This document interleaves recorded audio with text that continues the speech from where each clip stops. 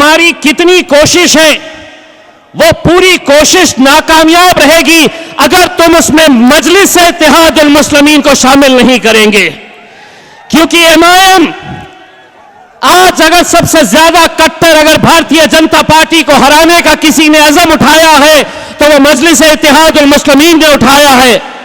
क्योंकि पिछले कई सालों से हमने देखा है कि कैसे इस मुल्क को तोड़ने का काम भारतीय जनता पार्टी और उनके पार्टी के अलग अलग ओहदेदारों की तरफ से किया जा रहा है। तमाम राजनीतिक दल एक साथ मिलकर आए और उन्होंने ये ऐलान किया कि हम एक साथ मिलकर आए हैं, इसलिए आए हैं कि हम भारतीय जनता पार्टी को हराना चाहते हैं। हमने उनसे ये कहा कि तुम्हारी कितनी कोशिश है वो पूरी कोशिश नाकामयाब रहेगी अगर तुम उसमें मजलिस इत्तेहादुल मुस्लिमीन को शामिल नहीं करेंगे। क्योंकि एमआईएम आज अगर सबसे ज्यादा कट्टर अगर भारतीय जनता पार्टी को हराने का किसी ने अज़म उठाया है तो वो मजलिस इत्तेहादुल मुस्लिमीन ने उठाया है। क्योंकि पिछले कई सालों से हमने देखा है कि कैसे इस मुल्क को तोड़ने का काम भारतीय जनता पार्टी और उनके पार्टी के अलग अलग ओहदेदारों की तरफ से किया जा रहा है। जाति धर्म मजहब के नाम के ऊपर कैसे अलग अलग समाजों को बांटने की कोशिश की जा रही है।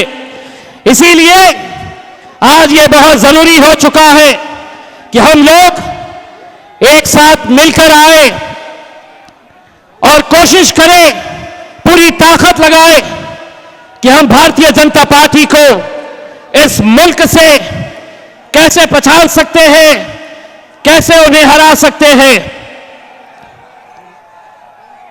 मैं नौजवान लड़के जो सामने, उन्हें यह बताना चाह रहा हूं कि पुलिस वाले आपकी रिकॉर्डिंग कर रहे हैं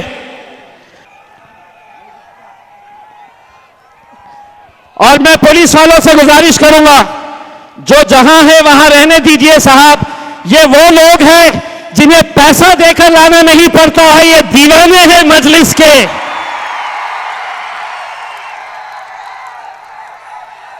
ये अपने ख्वाब बैरिस्टर असदुद्दीन अवैसी साहब की एक झलक देखने के लिए यहां से 50 किलोमीटर दूर मोटरसाइकिलों के ऊपर आ गए थे। दूसरी जमातों में, दूसरी सियासी पार्टियों में और मजलिस में ये फर्क है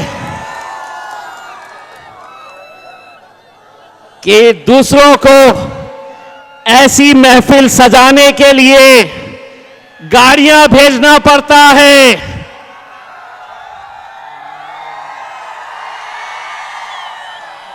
पैसे देने पड़ते हैं।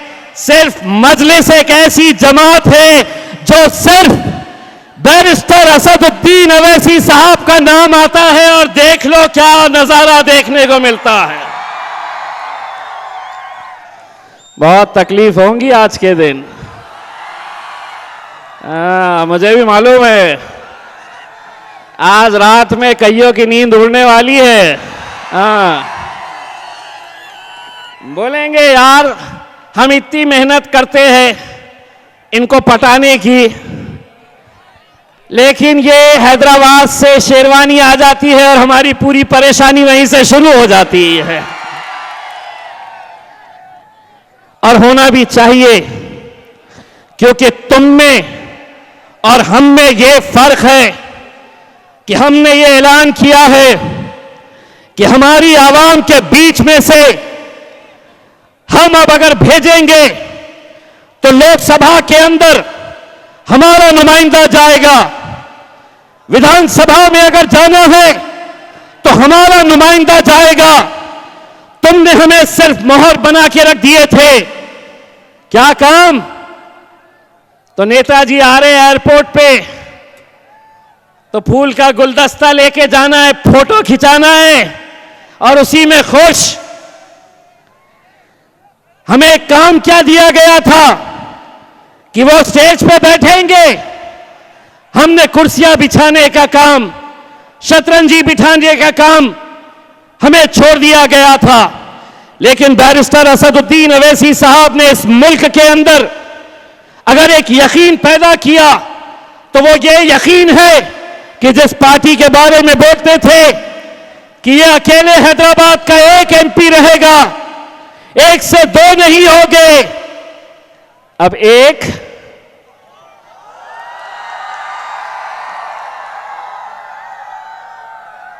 दो,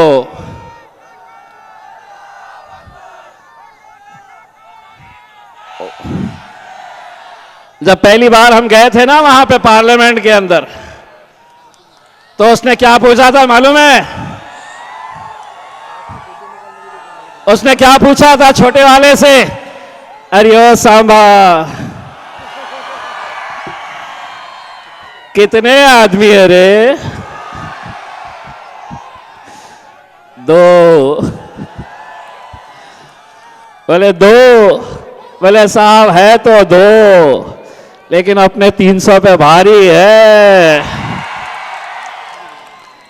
आज अल्हम्दुलिल्लाह ये यकीन के साथ, इस जोश के साथ, इस जज्बे के साथ हम सबको आगे बढ़ने की जरूरत है। मेरे भाइयों, आज मुल्क के हालात कैसे हैं आप अच्छी तरह से जानते हैं। आप देखते हैं कि आज मुल्क में जो फिरका परस्ती का माहौल आज बनाया जा रहा है, किस तरह से कत्लेआम किया जा रहा है, कभी किसी के व्हाट्सएप के स्टेटस को लेकर, कभी किसी जानवर के नाम के ऊपर, कैसे कैसे छोटे छोटे बहाने लेकर आज कत्लेआम किया जा रहा है।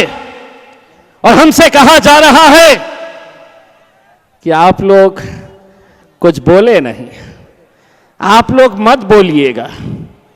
अरे अगर हमको कह रहे हैं मत बोलो, तो उनको भी कहना था जो अमेरिका गए हुए हैं।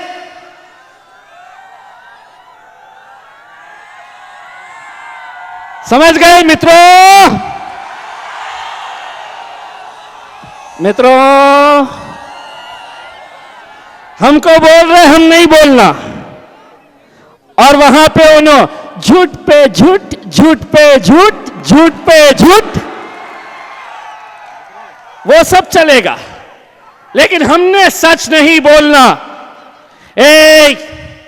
एक कान खोल कर सुन लो, अपन कोई कांग्रेस और राष्ट्रवादी वाले नहीं है कि तुम जैसा बोलेंगे वैसा सुनेंगे।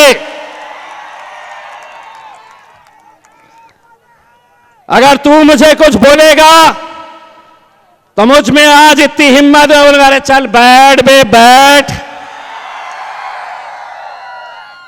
पहले जब असद साहब पार्लियामेंट के अंदर बैठते थे ना, जब भी वो खड़े रहते थे बोलने के लिए, तो कोई ना कोई इधर से मुंडी छुपा के कुछ तो भी बोल देता था। अब मैं जब जाकर बैठा हूं ना, कहीं से भी आवाज आए, बोलता अरे बैठ रे, बैठ बैठ चल। सारी तकलीफ यही है कि बोले हम इतने, और ये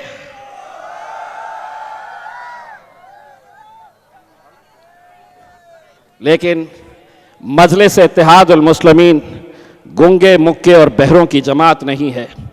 जहां पर भी जुल्म होगा, जहां पर भी ज्यादती होगी, चाहे वो किसी भी जात, किसी भी धर्म, किसी भी मजहब के खिलाफ हो, कोई आवाज उठाए या ना उठाए, बैरिस्टर असदुद्दीन अवैसी वो आवाज जरूर उठाएगा, मजलिस जरूर उठाएगी वो आवाज। इसीलिए मेरे भाइयों, आज इस दौर के अंदर जहां पूरे के पूरे बैठे हुए हैं, बोले हम बीजेपी को हराने के लिए जमा हुए हैं। मैं बोला अच्छा, आप हराते, सत्ता बनाने की थी तो नीतीश कुमार भी भाजपा के साथ सत्ता बना लिए, महबूबा उन्होंने भी भाजपा के साथ सत्ता बना लिए, कल आ गए बोले नहीं मुझे भी भारतीय जनता पार्टी को हराना है। अजय उनका तो छोड़ो, अपने जो साहेब आए ना, साहेब अपने कोणाच्या बाबतीत बोलतो? आपले शरदराव, ते पण तिथे जाऊन बसले, बोले आम्हालाही भारतीय जनता पार्टीला पराभव करायचा आहे. अच्छा, करायचं आहे. मग ते सकाळी 6 वाजता काय झालं होतं? कुणाच्या सोबत तुमचा सकाळी 6 वाजता लग्न ठरलं होतं? 6 बजे उठ के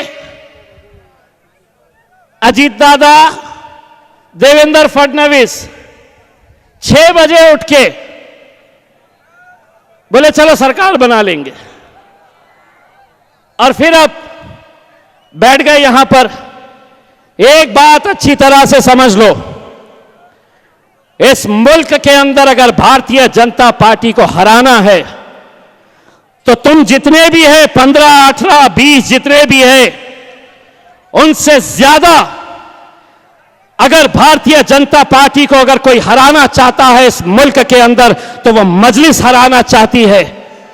इसीलिए तुम कितनी भी ताकत लगा लो, लेकिन अगर मजलिस को साथ नहीं लेगे तो तुम अपने मिशन के अंदर कामयाब नहीं होगे.